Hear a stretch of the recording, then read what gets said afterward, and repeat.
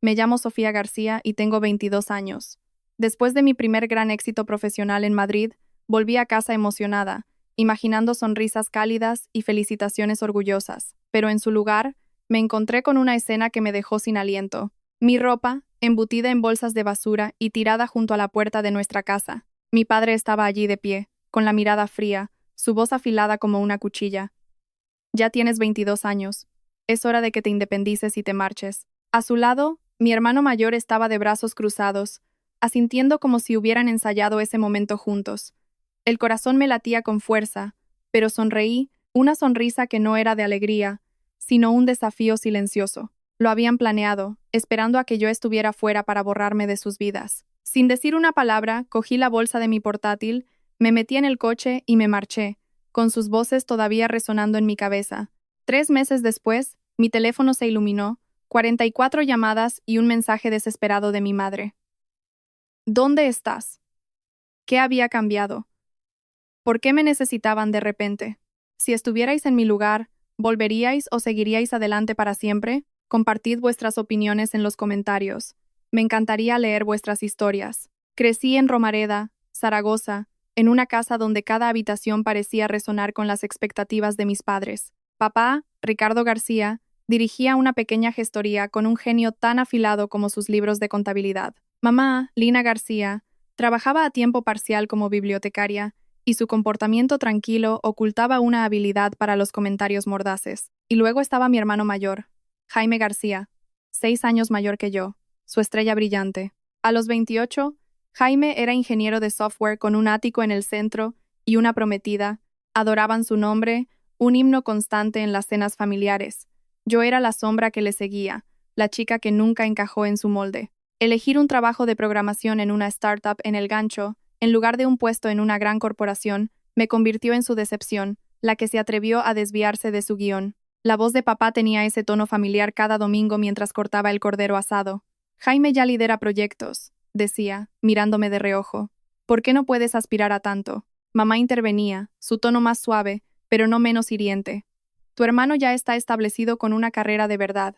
Yo apretaba el tenedor, forzando un asentimiento mientras el estómago se me retorcía. Mi trabajo en la startup no era glamuroso. Largas horas depurando código para una aplicación que apenas despegaba.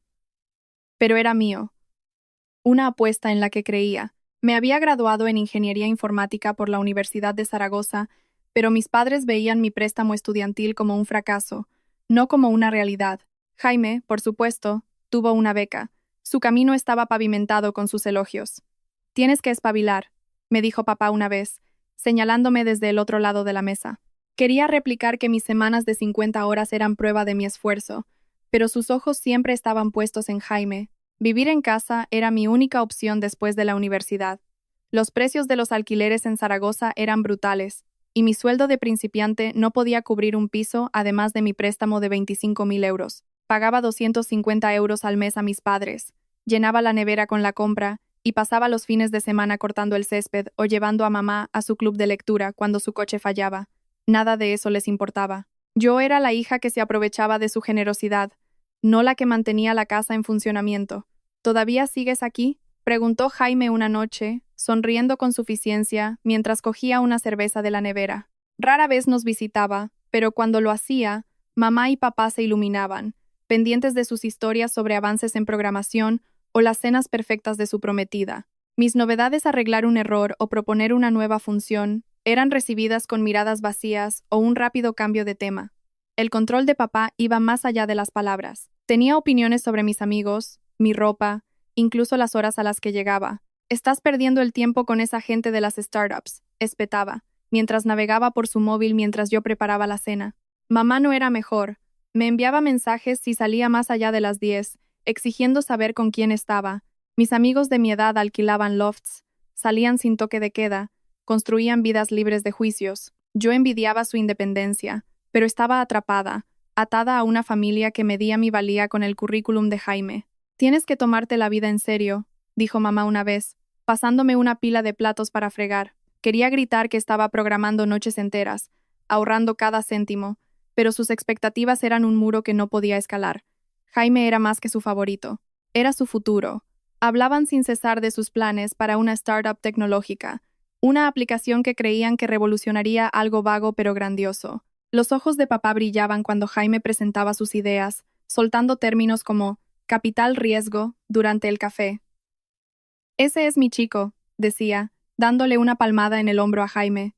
Mis ideas, nuevas funciones para nuestra app, formas de aumentar la interacción del usuario, nunca recibían una segunda mirada. Una vez escuché a mamá y papá en el salón, sus voces bajas mientras discutían inversiones para el futuro de Jaime. Es una gran oportunidad, susurró mamá. Vi a papá asentir, diciendo, haremos que funcione. El secretismo me inquietaba. ¿Por qué eran tan reservados? ¿Por qué mis preguntas sobre nuestras finanzas eran despachadas con un no es asunto tuyo? Las constantes comparaciones me destrozaban por dentro. De pequeña, Jaime era la estrella del instituto, capitán del equipo de debate, matrícula de honor, el chico que no podía hacer nada mal. Yo era la que amaba programar por el puro placer del rompecabezas, no por el prestigio, pero mis notables y mis elecciones poco convencionales eran defectos a sus ojos. Cuando elegí la Universidad de Zaragoza, en lugar de una universidad más prestigiosa, mamá suspiró. Tu hermano apuntó más alto. Cuando acepté el trabajo en la startup, papá negó con la cabeza. Estás tirando por la borda la estabilidad. Cada paso que daba era juzgado en comparación con el camino de Jaime, y yo siempre salía perdiendo. Intenté ganar su aprobación, arreglando su Wi-Fi, pagando mi parte puntualmente, pero era como gritar en el vacío. Su amor era condicional, y yo estaba suspendiendo el examen. Las peores noches eran cuando Jaime nos visitaba. Su presencia convertía nuestra casa en un santuario a su éxito. Mamá sacaba su mejor vajilla, papá abría una botella de vino y escuchaban mientras Jaime hablaba de su último proyecto o del ascenso de su prometida. Yo me sentaba allí, moviendo los guisantes por el plato, sabiendo que mi turno para hablar sería ignorado. Sofía sigue en esa startup, dijo mamá una vez, su tono goteando lástima. Jaime sonrió con aire de suficiencia. Sigues persiguiendo sueños, ¿eh? Quería hablarles de la función que había programado, la que nuestros usuarios adoraban. Pero la conversación siguió adelante, de vuelta a Jaime. Esos momentos ardían, un recordatorio de que yo era la extraña en mi propia familia, la que nunca estaría a la altura. Mi dormitorio, con su suelo de madera que crujía y sus cortinas descoloridas, era mi único refugio en una casa que se sentía más como un campo de batalla. Me quedaba allí para mantenerme a flote, haciendo malabares con los pagos del préstamo que se comían la mitad de mi sueldo de la startup en el gancho. Mi trabajo de programación era una rutina agotadora, noches depurando aplicaciones, corriendo contra plazos para superar a empresas más grandes. Me encantaba el caos, la emoción de convertir líneas de código en algo que los usuarios necesitaban. La semana pasada, había solucionado un fallo que salvó nuestra demo, ganándome un gesto de aprobación de mi jefe. Fuiste decisiva, Sofía, dijo, y su sonrisa fue una rara chispa de validación. Me llevé eso a casa, esperando que, por una vez, mi familia se diera cuenta. En cambio, obtuve silencio o, peor aún, las miradas de reojo de papá, los encogimientos de hombros de mamá, los mensajes mordaces de Jaime. El dinero era un nudo constante en mi estómago. Mi préstamo estudiantil exigía 300 euros al mes, y gastos inesperados como una pantalla de móvil rota o zapatos nuevos para el trabajo me obligaban a saltarme comidas fuera o a recortar gastos. Me sentaba en mi escritorio haciendo números, rezando para que mi coche no se averiara. Una noche, le pregunté a mamá si podía prestarme 40 euros para una licencia de software que necesitaba para el trabajo. Deberías haberte planificado mejor, dijo, hojeando su revista sin levantar la vista. Jaime siempre tiene sus finanzas en orden. Me mordí la lengua, lo pagué con mi tarjeta de crédito y vi cómo mi deuda aumentaba. Su negativa a ayudar no era solo por dinero, era un mensaje. No valía la pena invertir en mí. En la startup, me estaba demostrando a mí misma mi valía. Nuestro equipo era pequeño, unos 10, trabajando en una oficina abarrotada con sillas desparejadas y café infinito. Me encargaron optimizar la función de búsqueda de nuestra app, un proyecto que podría ser decisivo para nuestra próxima ronda de financiación. Me quedaba hasta medianoche, con los ojos ardiendo, ajustando algoritmos hasta que funcionaban a la perfección. Cuando lo conseguí, la interacción de los usuarios se disparó un 15%. Mi jefe envió un correo al equipo. El trabajo de Sofía nos está impulsando hacia adelante. Imprimí ese correo, lo guardé en mi bolso y lo llevé a casa, pensando que quizás a papá le importaría. Durante la cena, se lo deslicé sobre la mesa. Mi proyecto va bien, dije, con voz firme. Papá lo leyó por encima y luego me lo devolvió. Eso no es una carrera, dijo, cortando su filete. Necesitas algo estable, como Jaime. Mamá no era mejor. Se sentaba en el salón mirando fotos del último viaje de Jaime con su prometida, maravillándose de su vida perfecta. Yo intentaba compartir mis propios logros, como optimizar el código de nuestra app, pero ella asentía distraídamente y luego cambiaba de tema. ¿Viste el nuevo cliente de Jaime?, preguntó una vez, mostrándome su publicación de LinkedIn en el móvil. Forcé una sonrisa, con el pecho oprimido. No pedía elogios, solo un momento de reconocimiento, pero incluso eso era demasiado. Su indiferencia hacía que cada noche trabajando hasta tarde se sintiera más pesada, como si estuviera luchando una batalla que ellos ya habían decidido que perdería. El desdén de Jaime era diferente. No necesitaba visitarnos para hacerme sentir pequeña. Lo hacía desde kilómetros de distancia. Una tarde, publiqué en redes sociales sobre la última actualización de nuestra app. Orgullosa de mi trabajo. En una hora, Jaime comentó: «¿Qué hobby más mono, Sophie? ¿Para cuándo un trabajo de verdad?». Sus palabras, públicas para que mis amigos y compañeros de trabajo las vieran, me quemaron. Borré la publicación, con la cara ardiendo de vergüenza. Más tarde, le envié un mensaje preguntándole por qué tenía que decirlo de esa manera. «Solo soy sincero», respondió con un emoji de guiño. Me quedé mirando el teléfono, preguntándome cómo mi hermano podía ser tan cruel, tan indiferente. Su éxito era un foco de luz. Yo solo era la sombra que proyectaba. La presión no era solo emocional. Papá empezó a pedirme que cubriera facturas de la casa al azar, electricidad, internet, diciendo que era justo ya que vivía allí. Un mes, me entregó una factura de suministros de 400 euros, afirmando que era mi parte. «Jaime no nos carga con esto», dijo, con tono cortante. La pagué, tirando de mis ahorros, sabiendo que no podía discutir. Mi presupuesto estaba al límite, cada euro contado, pero ellos actuaban como si yo estuviera viviendo de gorra. Empecé a registrar mis gastos en una hoja de cálculo, eliminando todo lo no esencial. Ni ropa nueva, ni suscripciones de streaming, solo trabajo y facturas. Se sentía como supervivencia, no como vivir. El trabajo me mantenía cuerda, pero era una olla a presión. Nuestra startup competía contra una aplicación rival, y cada día era un sprint para mantenernos a la cabeza.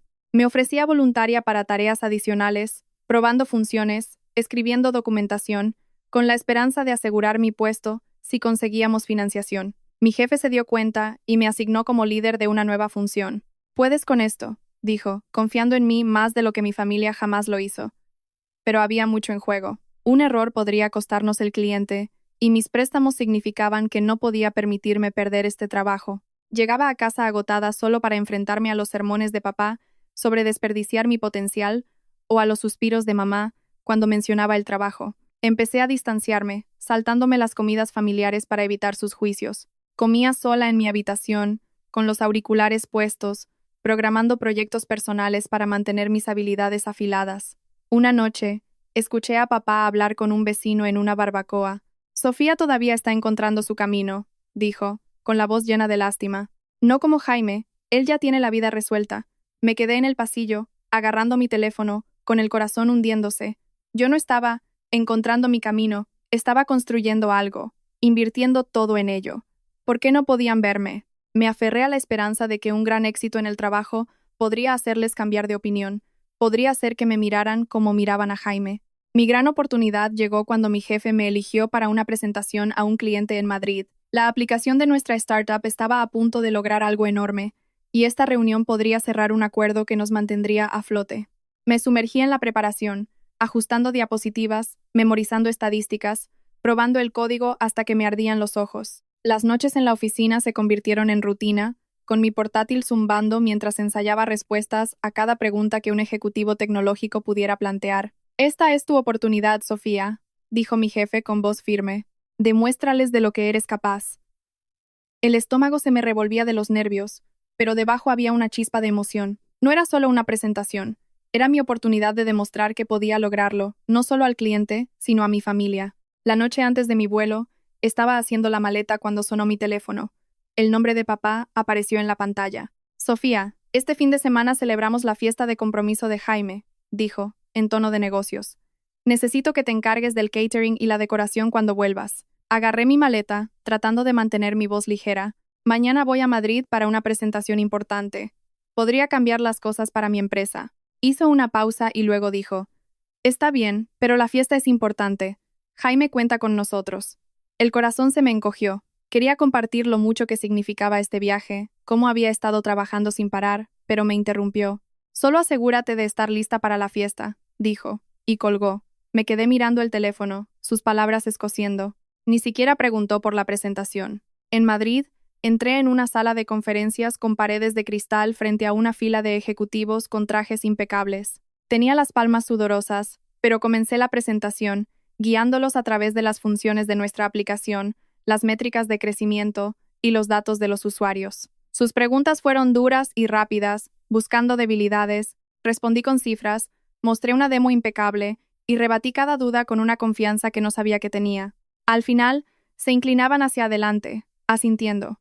Esto es exactamente lo que necesitamos, dijo el ejecutivo principal, firmando un contrato de 1,8 millones de euros. Mi jefe sonrió, dándome una palmada en el hombro. Lo has bordado, Sofía.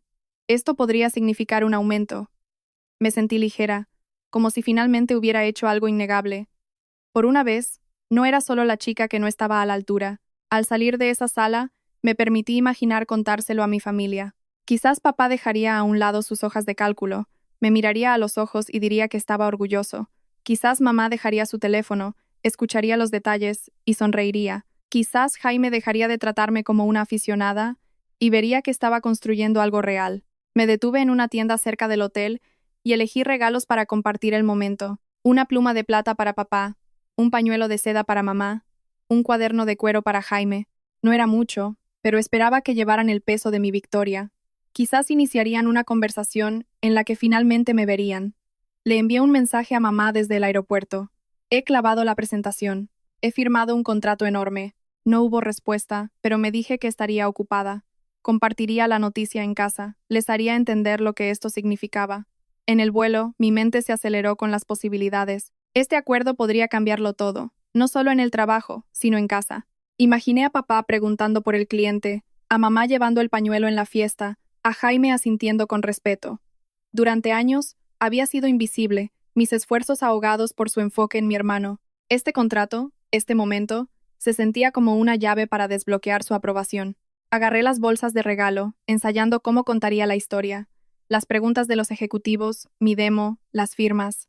No sabía entonces que mis esperanzas estaban construidas sobre arena, que la familia a la que desesperadamente quería impresionar tenía sus propios planes, planes que me golpearían como un tren de mercancías en el momento en que bajara de ese avión. El BTC desde el aeropuerto de Zaragoza entró en mi calle, la familiar fila de casas pasando borrosa mientras mi corazón todavía latía acelerado por el éxito de Madrid. Agarré la bolsa de mi portátil, el peso del contrato, un triunfo silencioso en mi equipaje de mano. Entonces las vi, bolsas de basura negras, al menos 10, apiladas descuidadamente junto a la puerta de nuestra casa. Mi ropa, libros y recuerdos se desbordaban, las asas atadas con fuerza como si fueran desperdicios.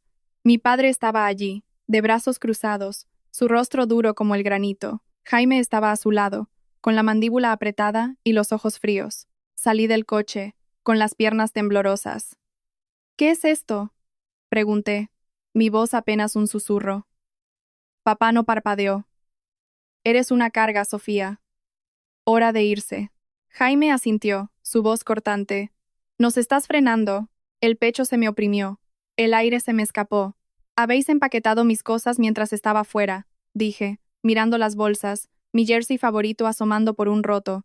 Ni siquiera me lo dijisteis. Los ojos de papá se entrecerraron. Tienes 22 años. Jaime se independizó hace años. Miré a Jaime, esperando una grieta en su resolución, pero él solo se encogió de hombros. Madura, Sofía, dijo, dándose la vuelta. Miré la verja, la casa que había llamado hogar durante años, ahora un muro contra mí. Mamá no estaba allí, pero su ausencia gritaba más fuerte que las palabras. Lo habían planeado, esperando a que estuviera al otro lado del país para destrozar mi vida. Quería gritar, exigir respuestas, pero se me cerró la garganta. ¿Por qué ahora?, logré decir, con la voz temblorosa. ¿Por qué así? Papá dio un paso adelante, su tono final. Te hemos mantenido suficiente tiempo. Tienes que apañártelas. Jaime se cruzó de brazos, haciéndose eco de él. Has tenido años para organizarte. La palabra carga resonaba en mi cabeza, cada sílaba un cuchillo.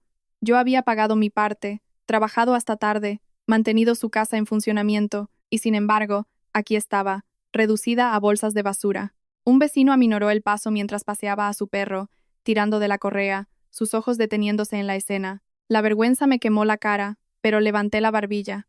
Miré las bolsas, mi vida metida dentro descuidadamente, y algo cambió. La ira parpadeó, pero debajo había un dolor más profundo, crudo y pesado. Podría haber luchado, podría haber suplicado, pero ¿de qué serviría? Habían tomado su decisión. Agarré la bolsa de mi portátil, lo único que no habían tocado, y caminé hacia mi coche aparcado en la calle. ¿De verdad estáis haciendo esto?, pregunté una última vez, mi voz firme a pesar del dolor. Papá no respondió, simplemente se volvió hacia la casa. Jaime murmuró: «Buena suerte». Su tono vacío. Me deslicé en el asiento del conductor, las bolsas de regalo de Madrid, todavía en el asiento trasero, sin abrir, olvidadas como yo. Me marché, mis manos aferrando el volante, las lágrimas nublando la carretera. Las farolas parpadeaban, cada una marcando la distancia de un hogar que ya no era mío. Mi teléfono vibró. Jaime, probablemente, o quizás mamá, pero lo dejé sonar. ¿Qué podían decir? Acababa de firmar un acuerdo que podría cambiar mi carrera, pero para ellos, yo era una carga, algo de lo que deshacerse. La traición no eran solo las bolsas o las palabras, eran los años de ser invisible, de entregarme a una familia a la que no le importaba. No sabía a dónde iba, pero sabía que no podía quedarme. La ciudad se desdibujaba a mi paso, calles familiares volviéndose extrañas. Mi mente corría. ¿Dónde dormiría? ¿Cómo podría permitirme un sitio? El contrato se sentía como un salvavidas, pero no podía arreglar esto. Pensé en llamar a mi jefe, explicarle, pero la idea de admitir esta humillación me detuvo. En lugar de eso, paré en una gasolinera, las luces de neón duras contra la noche. Revisé mi teléfono. 3 llamadas perdidas de Jaime, un mensaje de mamá. «Tenemos que hablar cuando estés lista». ¿Lista? Me habían echado sin una palabra, y ahora querían hablar. Apagué el teléfono, mis manos temblando. El dolor se instaló, pesado y frío, pero debajo había una chispa de resolución. Ellos habían hecho su jugada, pero yo no había terminado. Había construido algo en Madrid, algo que no podían tocar. Mientras volvía a la carretera, las bolsas de basura se desvanecieron en mi mente, reemplazadas por una tranquila determinación de demostrar que estaban equivocados, de construir una vida donde no fuera la carga de nadie. Conduje sin rumbo hasta que mi teléfono se iluminó con una llamada de mi amiga de la universidad, Clara Moreno. «Sofía, ¿dónde estás?», preguntó, su voz afilada por la preocupación. Le conté la historia a trompicones, mi ropa en bolsas de basura, las frías palabras de mi padre, la verja cerrándose sobre mi vida. «Ven a mi casa ahora mismo», dijo. Sin dudar, llegué a su pequeño piso en Las Fuentes, mi coche lleno de bolsas de basura, mis ojos ardiendo por lágrimas que no me permitía derramar. Clara abrió la puerta y me abrazó. «Te quedas aquí», dijo, haciendo sitio en su sofá. Esa noche, me acurruqué bajo una manta prestada, el peso de no tener hogar asentándose, mi vida reducida a bolsas de plástico en un rincón.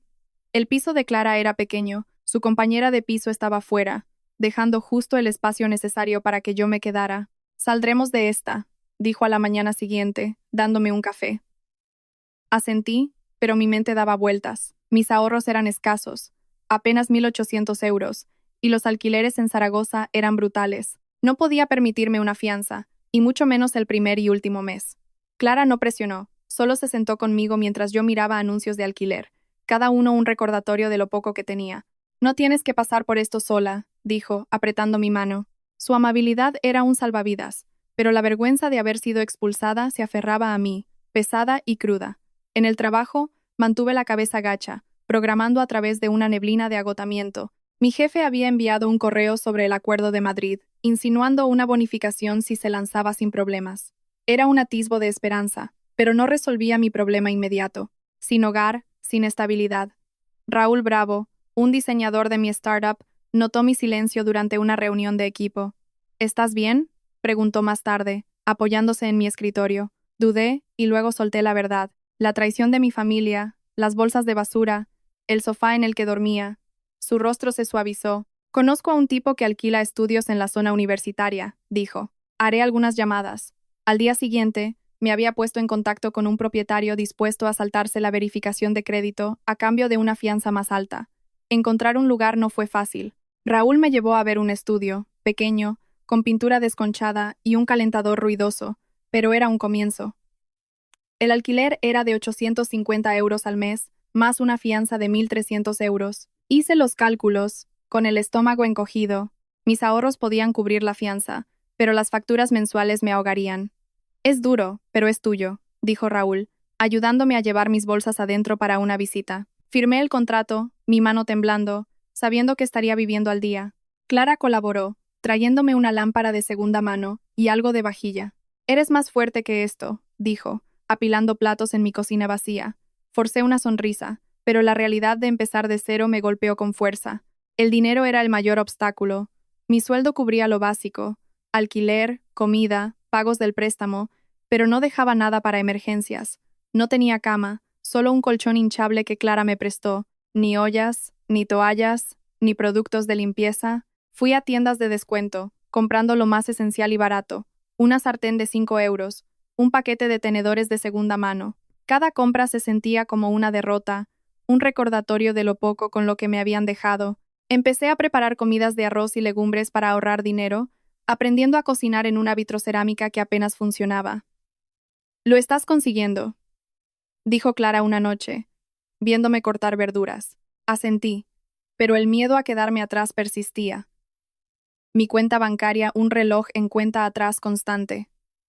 El trabajo se convirtió en mi ancla. Me volqué en el proyecto de Madrid, programando hasta tarde para asegurar que cumpliéramos los plazos. Mi jefe se dio cuenta y me llamó aparte. Estás llevando el peso del equipo, dijo, y sus palabras fueron un pequeño bálsamo para el dolor que llevaba, pero las largas horas significaban menos tiempo para instalarme, para hacer que el estudio se sintiera como un hogar. Volvía a mi piso vacío, el colchón hinchable hundiéndose bajo mi peso, y me quedaba mirando el techo, reviviendo las palabras de mi padre. Eres una carga. No lo era, pero su aguijón me impulsaba a seguir, a demostrar que podía valerme por mí misma. Raúl se interesaba a menudo, enviándome mensajes con anuncios de muebles baratos u ofreciéndome un café. No tienes que pasar por esto sola, dijo un día, dándome una silla usada del garaje de su amigo. Su apoyo, junto con el de Clara, me mantuvo con los pies en la tierra. No juzgaban, no curioseaban, simplemente estaban ahí. Empecé a aprender pequeñas habilidades: cómo arreglar un grifo que gotea, cómo presupuestar cada euro. Cada paso se sentía como una victoria, una prueba de que no era el fracaso que mi familia veía. Pero el dolor seguía ahí. Un dolor sordo que se encendía cuando mi teléfono vibraba con un mensaje de mi madre. ¿Podemos hablar? Lo ignoré. No estaba lista para enfrentarla. Para la segunda semana el estudio era funcional, austero, pero mío. Colgué una cortina de segunda mano. Monté una mesa plegable para mi portátil. No estaba prosperando, pero estaba sobreviviendo, construyendo una vida desde cero. Clara organizó una pequeña noche de pizza con algunos amigos, y sus risas llenaron el espacio vacío. Lo estás logrando, dijo, levantando una porción. Sonreí, pero por dentro todavía estaba en carne viva, la traición de ser descartada, persistiendo. No sabía entonces que un golpe mayor estaba por venir, uno que revelaría hasta qué punto mi familia había llegado para apartarme, empujándome a luchar por lo que era mío. 2 semanas después de haberme instalado en mi austero estudio, mi teléfono vibró con una notificación de un portal inmobiliario local. Un anuncio llamó mi atención. Una dirección familiar, nuestra casa familiar, marcada como bajo contrato, por 650.000 euros. Mi corazón se detuvo. La descripción se jactaba de una venta rápida para financiar una iniciativa familiar. Hice scroll, mis manos temblando, y vi la nota de la gente: vendedores ansiosos por apoyar la startup tecnológica de su hijo. Me golpeó como un puñetazo. Estaban vendiendo la casa para financiar la aplicación de Jaime, y me habían dejado fuera de la decisión, mi parte de la herencia borrada. Busqué un viejo correo electrónico de nuestro abogado de familia, enviado años atrás después de que se finalizara el testamento de mi abuelo. Decía claramente que la casa debía dividirse en partes iguales entre Jaime y yo. Mi derecho era innegable, pero habían seguido adelante sin decir una palabra. Llamé a la agente inmobiliaria, una mujer que conocía a nuestra familia desde hacía años. Sofía, pensé que estabas al tanto, dijo, su voz incómoda. Tu padre firmó los papeles hace 10 días. Los compradores quieren cerrar rápido. Agarré mi teléfono, mi voz temblando. No me lo dijeron, me dejaron fuera. Ella tartamudeó. Supuse que habías aceptado.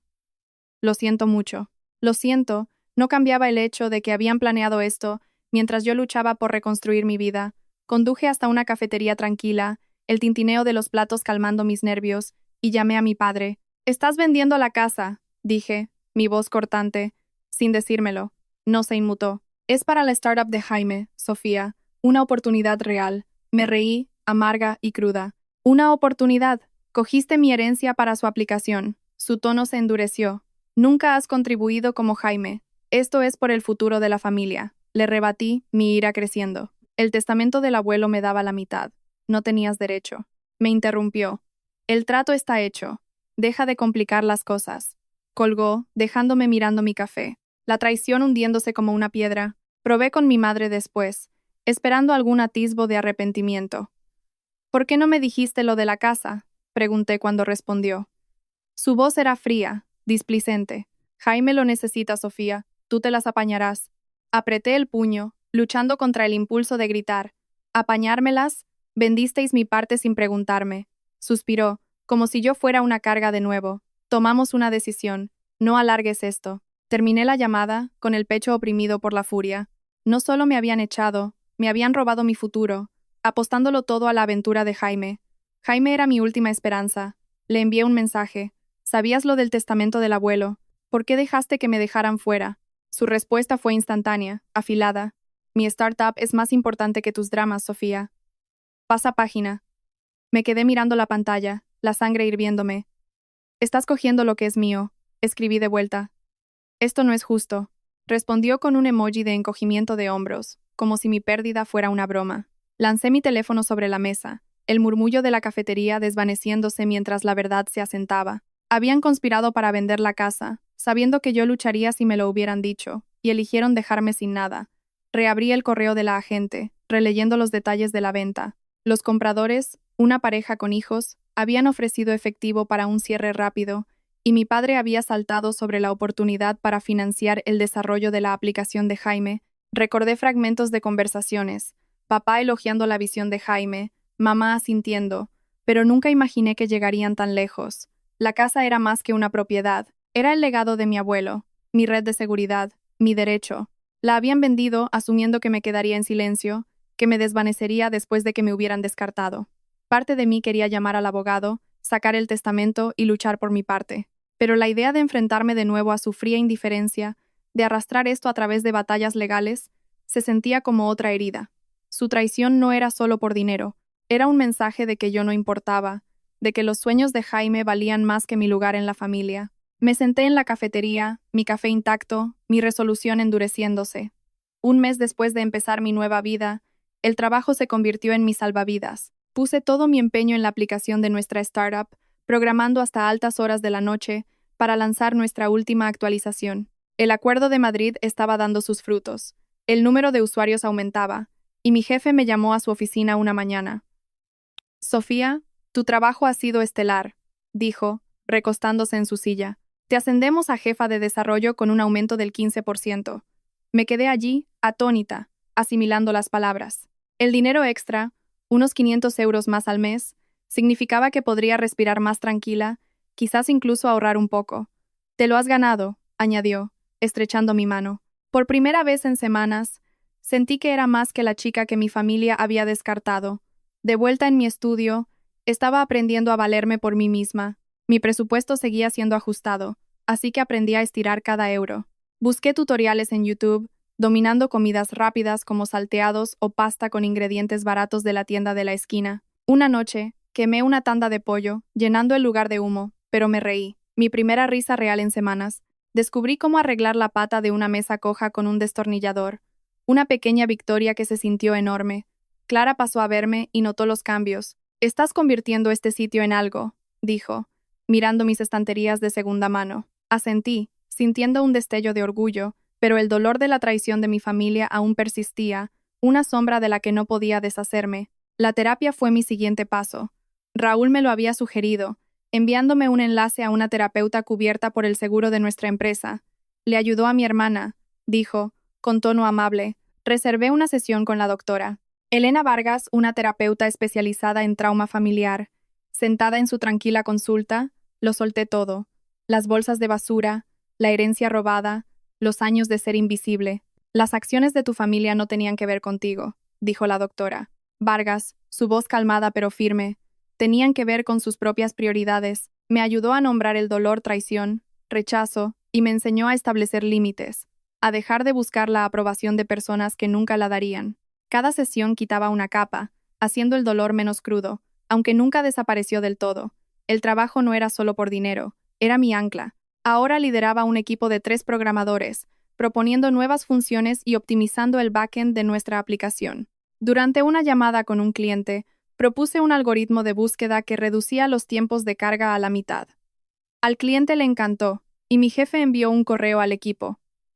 Sofía está impulsando nuestro éxito.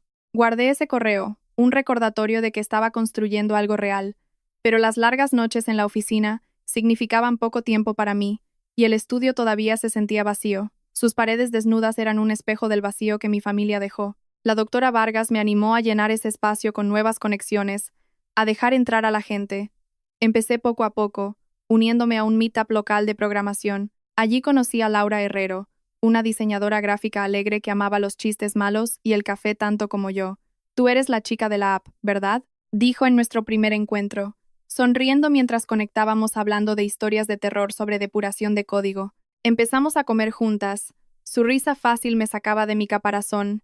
Laura me invitó a una noche de trivial donde conocí a otros jóvenes profesionales, gente que no conocía mi pasado, que me veía como Sofía, no como el fracaso familiar. Por primera vez sentí que podía pertenecer a un lugar nuevo. Raúl y yo también nos acercamos. Pasaba por mi escritorio con un café o un chiste. Su apoyo silencioso, una constante en mi caótica nueva vida. Una tarde, me pidió tomar algo después del trabajo. Solo nosotros, dijo, su sonrisa tímida pero cálida. Acabamos en un bar de barrio, hablando durante horas sobre las peculiaridades de nuestra startup, su amor por el dibujo, mi secreta obsesión por las novelas de ciencia ficción. Eres más fuerte de lo que crees, dijo, sus ojos fijos en los míos. Mi corazón dio un vuelco, una chispa que no había sentido en mucho tiempo. Empezamos a quedar más, noches de cine, paseos por la ribera, cada momento aliviando el peso de mi pasado. Todavía no era amor, pero era un comienzo, una oportunidad de dejar entrar a alguien. Las sesiones con la doctora Vargas me dieron herramientas para reconstruirme. Me enseñó a escribir un diario, a plasmar la ira y dejarla ir. Una noche, escribí sobre el frío desdén de mi padre, el silencio de mi madre, los mensajes engreídos de Jaime. Romper la página se sintió como liberarme de su control sobre mí. Aprendí a decir no a las cosas que me agotaban, como responder a los mensajes ocasionales de mi madre, vagos y cargados de culpa, que borraba sin leer. Estás reclamando tu espacio, dijo la doctora. Vargas, y me aferré a eso. No estaba curada, pero estaba avanzando, un pequeño paso a la vez. Laura organizó una pequeña reunión en su casa, invitándome a mí y a algunos otros del meetup. Nos reímos con juegos de mesa, la habitación cálida y llena de charla. Raúl apareció, trayendo un dibujo que había hecho del balcón de mi estudio. Pensé que alegraría el lugar, dijo, entregándomelo. Me sonrojé, guardándolo, mi corazón más ligero de lo que había estado en meses. Esta gente, Laura, Raúl, mis nuevos compañeros se estaban convirtiendo en mi familia elegida, una prueba de que no necesitaba a la anterior para prosperar. El dolor de su traición todavía escocía, pero se estaba desvaneciendo, reemplazado por una fuerza tranquila que apenas empezaba a comprender. 3 meses después de empezar mi nueva vida, estaba inmersa en una maratón de programación, liderando a mi equipo en una actualización crítica de la aplicación. Mi teléfono permaneció en silencio, enterrado en mi bolso, mientras depurábamos código y preparábamos una demo para un cliente. A última hora de la tarde, la actualización estaba activa y me desplomé en mi silla, agotada pero orgullosa. Cogí el teléfono para enviarle un mensaje a Raúl, pero me quedé helada. 44 llamadas perdidas de mi madre a lo largo del día y un mensaje. Sofía, te necesitamos. Por favor, llama. El estómago se me revolvió. Había ignorado sus mensajes durante semanas, pero tantas llamadas gritaban desesperación. Algo iba mal, y a pesar de todo, necesitaba saber qué era. Salí de la oficina, el aire fresco de la tarde en mi piel, y marqué el número de mi madre. Su voz respondió, temblorosa y apresurada. Sofía, gracias a Dios. La startup de Jaime ha fracasado. Lo hemos perdido todo. El dinero de la casa, nuestros ahorros. Agarré el teléfono, mi corazón acelerado. ¿Lo habéis perdido todo? Dije, mi tono cortante. ¿Y me llamas ahora? Ella balbuceó, suplicando. Tu padre no quería llamar. pero estamos en problemas. Necesitamos tu ayuda. Antes de que pudiera responder, dijo, espera, está aquí. Hubo un murmullo. Luego, la voz de mi padre, brusca y a la defensiva. Sofía, somos familia. Lo estamos pasando mal. Me reí, fría y amargamente. El dolor regresó de golpe. ¿Familia?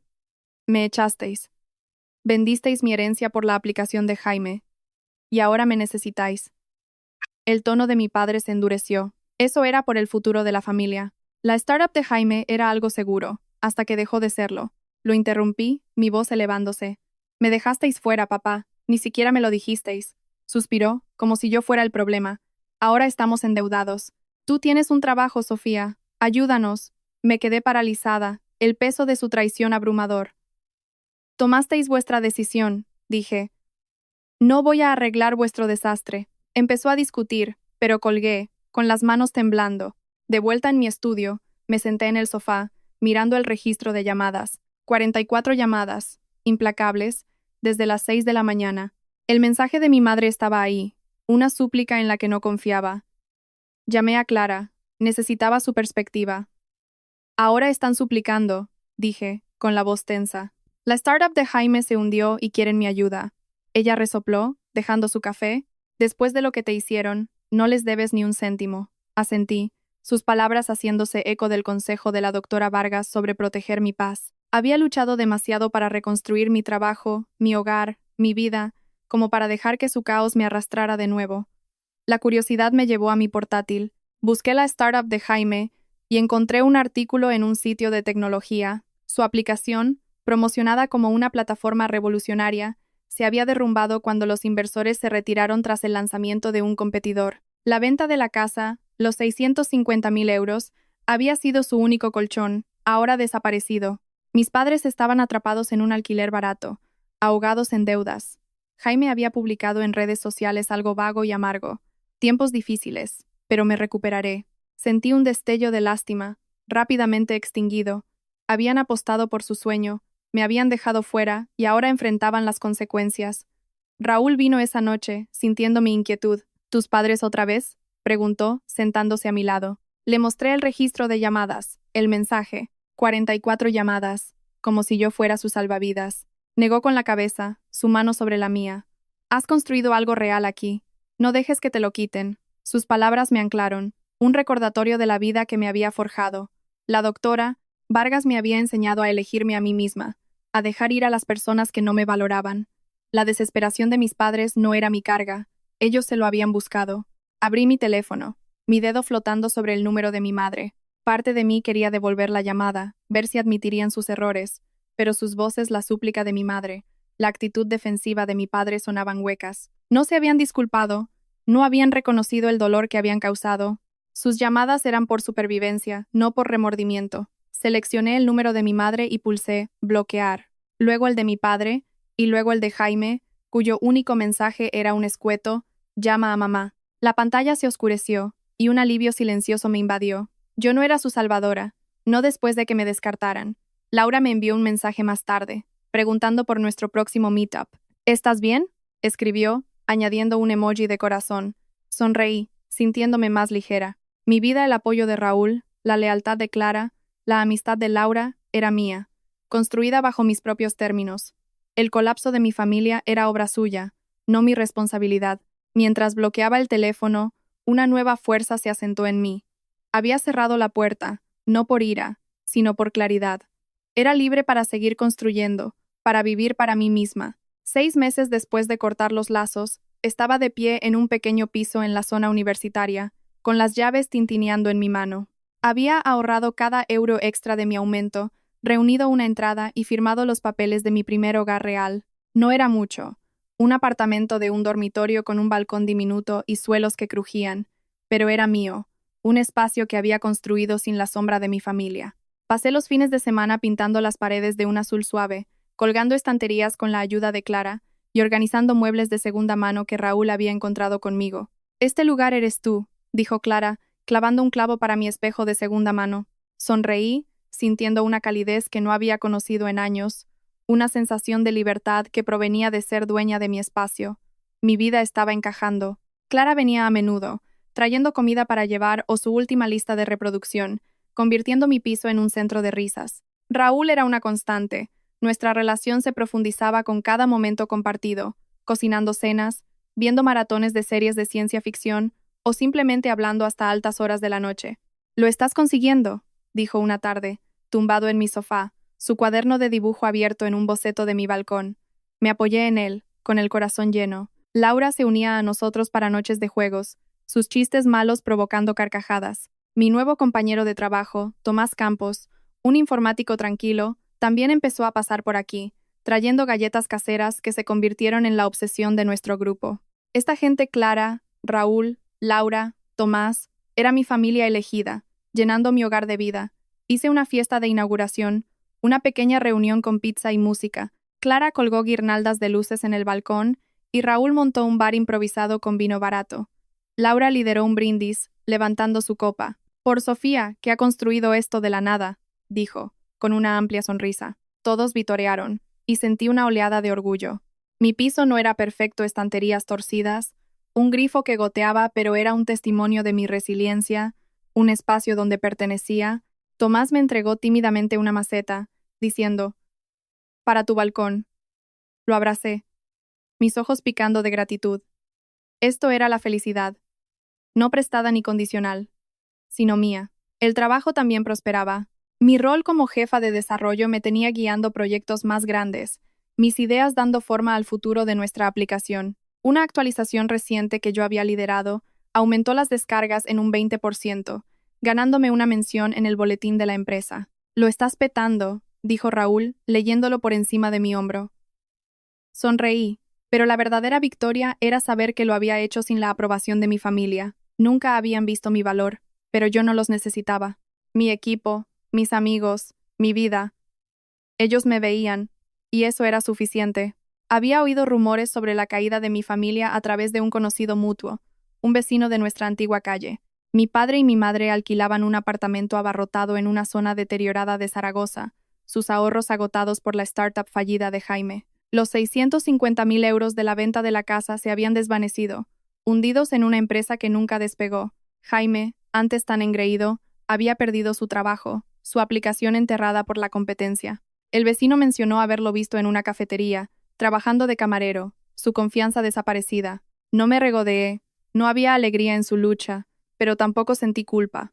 Habían tomado sus decisiones, apostando por Jaime y dejándome fuera. Ahora vivían con las consecuencias. Mi teléfono permaneció en silencio. Ni llamadas ni mensajes de ellos desde que bloqueé sus números. No lo comprobé, no me lo pregunté. Las palabras de la doctora Vargas resonaban. Mi paz era mía para protegerla. Había pasado demasiado tiempo persiguiendo su aprobación solo para aprender que nunca llegaría. Mi piso, mis amigos, mi trabajo, eran la prueba de que no la necesitaba. Una noche, Raúl y yo nos sentamos en mi balcón, las luces de la ciudad parpadeando abajo. «Tu hogar», dijo, apretando mi mano. Asentí, el peso de mi pasado desaparecido. Esta era mi vida ahora, construida desde los cimientos, y finalmente era libre. Un año después de haberme marchado, estaba en mi piso, la luz del sol entrando por las puertas del balcón, y me di cuenta de que había construido una vida que era verdaderamente mía. El viaje no había sido fácil, empezar de la nada, luchando por mi independencia, pero me enseñó quién soy. La autosuficiencia se convirtió en mi columna vertebral, no solo al pagar facturas o arreglar un grifo que gotea, sino al confiar en mis propias decisiones. Había dejado de perseguir la aprobación de una familia que nunca me valoró, eligiendo en cambio vivir para mis pasiones, programar, crear, construir algo real. Ese cambio, esa libertad de ser yo misma, fue la lección más difícil y la más gratificante. Empecé un blog para compartir mi historia, no por lástima, sino para llegar a otros que se sentían atrapados por su familia o sus circunstancias. Mi primera publicación, titulada Empezar de cero a los 22, vertió la cruda verdad. Ser expulsada, perder mi herencia, encontrar mi camino. Escribí sobre las noches programando para mantener mi trabajo, los amigos que se convirtieron en mi ancla, la terapia que me ayudó a sanar. La respuesta fue abrumadora. Comentarios de extraños como Sarah Hill, una estudiante universitaria que había cortado lazos con su propia familia tóxica. «Tu historia me ha dado valor», escribió. Respondí, con el corazón lleno. «Puedes con esto». Compartir mi viaje no fue solo catártico, fue una forma de iluminar el camino para otros. Di una charla en un meetup tecnológico local, invitada por Laura, para hablar sobre resiliencia. De pie ante una pequeña multitud, compartí cómo convertí la traición en fortaleza, cómo construí una carrera y un hogar sin el apoyo de mi familia. No necesitas el permiso de nadie para prosperar, dije, con voz firme. La sala aplaudió, y una mujer se me acercó después, con los ojos brillantes. Yo también estoy empezando de cero, dijo, estrechando mi mano. Gracias. Clara, al fondo, me hizo un gesto de aprobación, con una amplia sonrisa. Raúl me apretó el hombro, susurrando, «Eres increíble». Su orgullo, su fe en mí, valía más que cualquier asentimiento que mi familia nunca me dio. Mis días ahora estaban llenos, no con el caos de mi pasado, sino con propósito. En el trabajo, lideraba proyectos que daban forma al futuro de nuestra aplicación, mis ideas impulsando el crecimiento. Fuera del horario laboral, cocinaba cenas con Raúl, me reía de los chistes de Laura o debatía sobre tendencias tecnológicas con Tomás. Mi piso era un refugio. Libros en las estanterías, plantas en el balcón, fotos de mi nueva vida clavadas en un corcho. Había aprendido a amar los momentos de tranquilidad, como tomar un café por la mañana, sabiendo que había construido esta paz desde cero. No era perfecto, pero era real, y era mío. Mi familia era un recuerdo lejano, su ausencia, un alivio. Había oído a través de un antiguo vecino que mi padre y mi madre seguían en su alquiler deteriorado, sobreviviendo con trabajos esporádicos. Jaime, antes tan seguro de su startup, saltaba entre empleos mal pagados, sus sueños enterrados bajo las deudas. No se habían puesto en contacto desde que bloqueé sus números, y no lo comprobé. Sus elecciones, su traición, su apuesta, los habían llevado allí. No les deseaba ningún mal, pero ya no cargaba con su peso. Mi vida era mía, libre de su sombra. Una tarde, me senté con Raúl en mi balcón, la ciudad zumbando abajo. «Has llegado muy lejos», dijo, su mano cálida en la mía. Asentí, una sonrisa tranquila extendiéndose. No pensé que podría. Clara se unió a nosotros, trayendo vino e historias, y reímos hasta que salieron las estrellas. Más tarde, publiqué otra entrada en el blog, reflexionando sobre lo que había aprendido. La autosuficiencia no es solo sobrevivir, es elegirte a ti misma cada día. Si estás empezando de cero, escribí, que sepas que tu historia importa. Sigue adelante. Los comentarios llegaron a raudales, voces de extraños que habían encontrado esperanza en mis palabras. Cerré mi portátil, mi corazón firme, mi paz completa.